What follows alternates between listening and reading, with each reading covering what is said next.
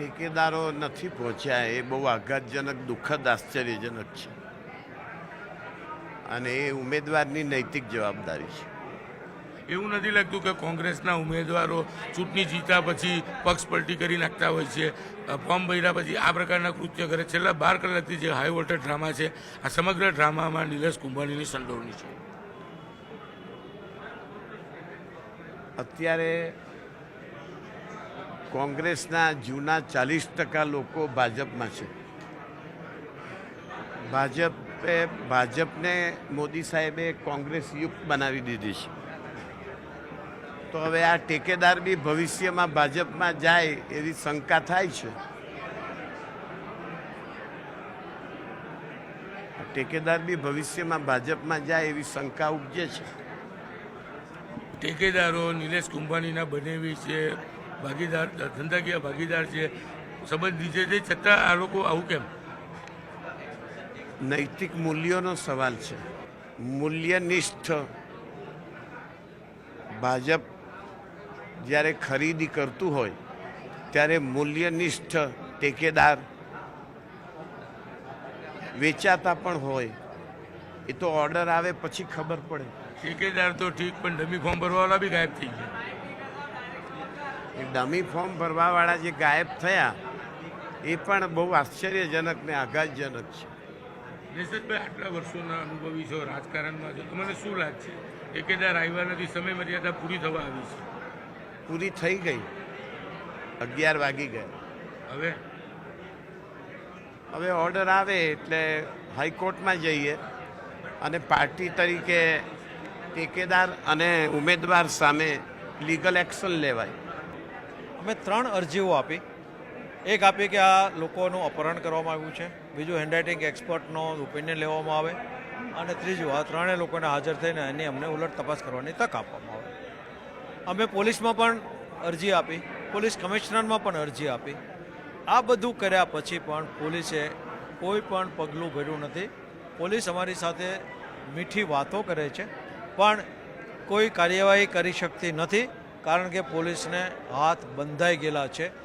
પોલીસના ઉપરથી સૂચિત કરવામાં આવી છે કે આમાં તમારે કંઈ કરવામાં આવતું નથી.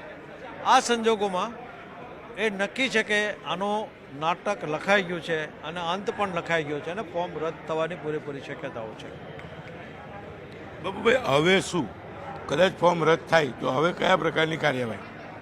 ભારતીય જનતા પક્ષ આ ચૂંટણી હારવાની છે એવું ભાળી ગઈ હતી, એટલે આ નિમ્ન કક્ષાનું કાવતરું કર્યું છે અને અમે તમામ એવન્યુ છે એ પ્રમાણે લડશું. હાઈકોર્ટમાં જશું ને સુપ્રીમ કોર્ટમાં જશું. આ નક્કી કરવાનું કામ હાઈકમાન્ડનું છે. હાઈકમાન્ડ જે નક્કી કરશે એ પ્રમાણે અમે આગળની કાર્યવાહી કરશું.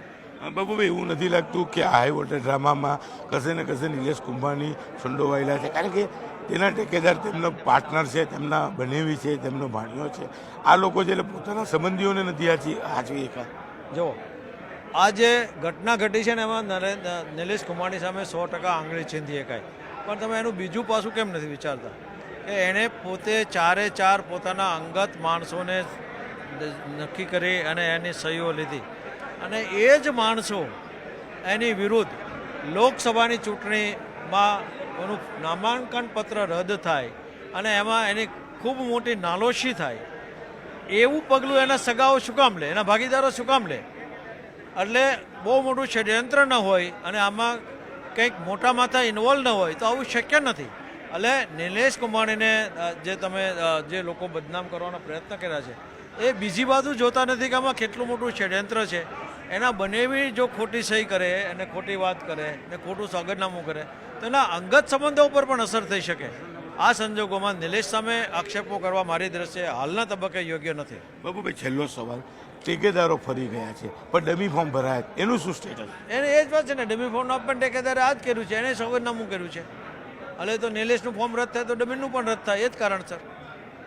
બિલકુલ. આ હતા બાબુભાઈ, લીગલ એડવાઇઝર છે. ત્યારે દર્શન નાયક છે, કોંગ્રેસના આગેવાન છે, આપણે એમની સાથે વાત કરીશું શું કેવું છે. દર્શનભાઈ, શું કહેશો? કોંગ્રેસ ઉમેદવાર તો ઠીક, ટેકેદારો, ડમી ફોર્મ ભરવા બધા જ ગાયબ થઈ ગયા. એક કોંગ્રેસના સૈનિક તરીકે આજે પણ અમારા બધા આગેવાનો અહીંયા હાજર છે આ લોકશાહીનું પર્વ છે. નિલેશ કુંભાણી પણ આજ દિન સુધી હમણાં સુધી આ 12માં 10 બાકી છે ત્યાં સુધી અમારા સુરત લોકસભાના ઉમેદવાર જ છે. આ ભારતીય જનતા પાર્ટી સામ દામ દંડ ભેદના ભાગરૂપે ચૂંટણી પંચના અધિકારીની સાથે આ મેળા પીપાણીને સુનિયોજિત આયોજન કરીને આ ફોર્મ રદ કરવા માટેનું આ સુનિયોજિત કાવતરું છે. અને સમગ્ર ગુજરાતમાં એક પરિવર્તનનો માહોલ હતો. એ લોકોનું ધ્યાન ડાયવર્ટ કરવા માટે કોંગ્રેસના લોકોને ઢોંગ કરવા માટે સુરતની બેઠક સેફ ગણાય છે, લીડથી જીતતા આવ્યા છે અને લીડથી જ જીતવાની, તો પછી ભાજપ આવું ષડયંત્ર શું કામ કરે? આ જે લોકશાહીમાં કોઈ માણસ કોઈ વ્યક્તિગત કોઈ મોટો હોતો નથી. ચૂંટણીમાં જીતાડવાનું, ચૂંટણીમાં લીડ આપવાનું ને કોઈને આગેવાન બનાવવાનું કામ એ લોકો નક્કી કરતા હોય છે.